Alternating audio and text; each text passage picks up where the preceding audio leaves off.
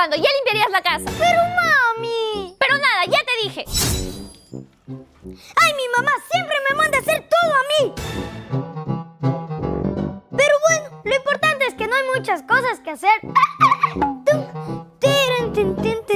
¿Pero qué? ¿Qué? ¡Ay, no! ¡Ay, no! ¡Esto me va a llevar todo el día!